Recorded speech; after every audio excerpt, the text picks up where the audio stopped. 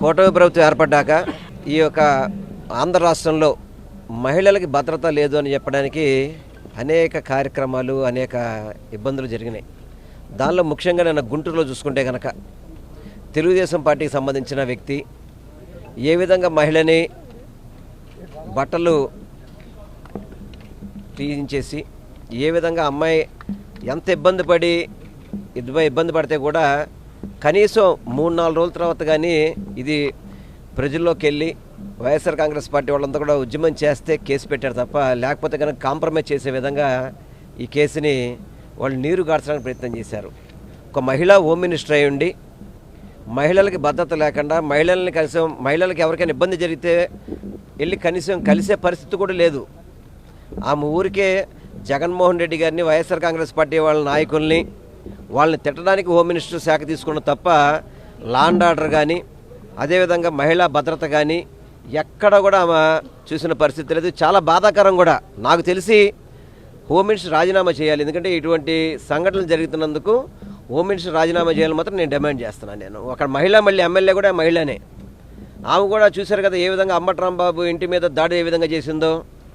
అటువంటి వ్యక్తులు ఈరోజు ఎమ్మెల్యేలు మంత్రులు అని చెప్పుకుంటుంటే ఈ కూటమి ప్రభుత్వంలో రెడ్ బుక్ పరిపాలన ఏ విధంగా జరుగుతుందో మీకు అర్థమవుతుంది. లా అండ్ ఆర్డర్కి కనీసం లా అండ్ ఆర్డర్ లేదు.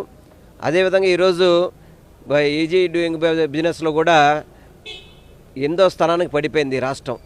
చెప్పుకోవడానికి ఊరికే వీళ్ళు ఫారెన్లకు కోట్లు వేసుకొని సూట్లు వేసుకొని డబ్బులు బొక్క పెడుతున్నారు తప్ప ఆంధ్ర రాష్ట్ర ప్రజలు డబ్బుతో విలాసాలు చేస్తున్నారు తప్ప ఎక్కడ కూడా ఈ ఆంధ్ర రాష్ట్రానికి అభివృద్ధి కానీ సంక్షేమం కానీ శాంతి భద్రతల విషయంలో కూడా పూర్తిగా విఫలమయ్యారని మాత్రం మీ ద్వారా నేను తెలియపరచుకుంటాను. ఇప్పుడు అక్కడికి వెళ్ళింది దేనికి భీమవరం లేదు. ఆక్వా రైతులు ఇబ్బంది పడుతున్నారు. వాళ్ళు పడే ఇబ్బందులు రాష్ట్ర ప్రభుత్వం పట్టించుకోవట్లేదు.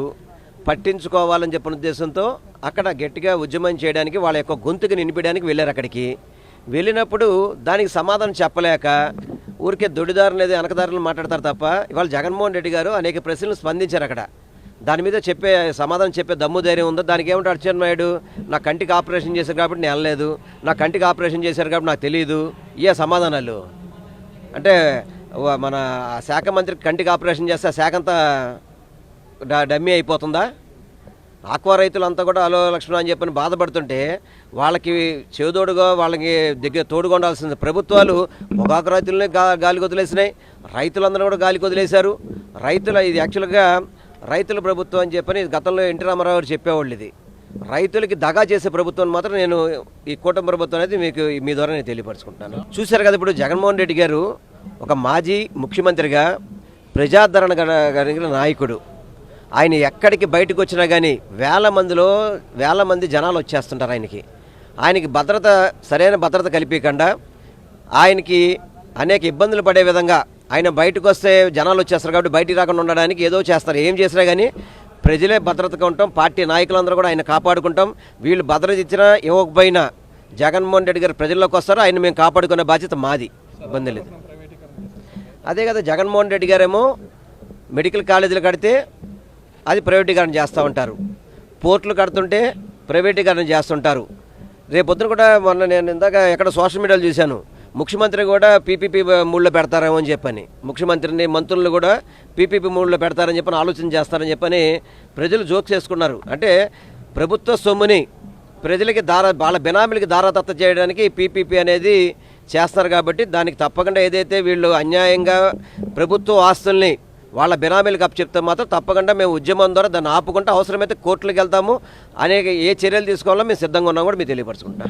పవన్ కళ్యాణ్ గారు కొన్నిటి మీద ప్రశ్నిస్తారు. ఎందుకంటే జగన్మోహన్ రెడ్డి గారు వైఎస్ఆర్ కాంగ్రెస్ పార్టీని మాత్రం ప్రశ్నించడానికి పార్టీ పెట్టాడు తప్ప మిగతా వాటికి ప్రశ్నించే ధైర్యం లేదు, దమ్ము లేదు. ఇప్పుడు గతంలో ఆయన 2019 తర్వాత 24 ముందు అమరావతి రైతుల దగ్గరికి వెళ్ళి ఏం చెప్పాడు, పెరుగన్నం తిన్నాడు. వాళ్ళు పెట్టిన పెరుగన్నం కూడా తిన్నాడు. అక్కడ పెరుగన్నం తిన్న విశ్వాసం కూడా లేదు ఆయనకి. ఆ రోజు ఈ రాజధాని కొంతమందికి చెందింది, ధనికులకి చెందిందని చెప్పిన వ్యక్తి ఈరోజు అదే అమరావతికి అదే రైతులు ఇబ్బంది పెడుతుంటే కనీసం మాట్లాడే పరిస్థితి లేదు. ఎప్పుడల్లో చిన్న ఘటన జరిగితే కారులో ఓపెన్ టాప్ మీద వెళ్ళిపోయి గొడవ చేసిన వ్యక్తి ఈరోజు రైతుల భూములు బలవంతంగా లాక్కుంటున్నా సరే మాట్లాడే పరిస్థితి లేదు. ఆయన పవన్ కళ్యాణ్ ప్రశ్నించడానికి కాదు, ప్యాకేజీ పెట్టుకోవడానికి పార్టీ పెట్టుకున్నాడు అంతే.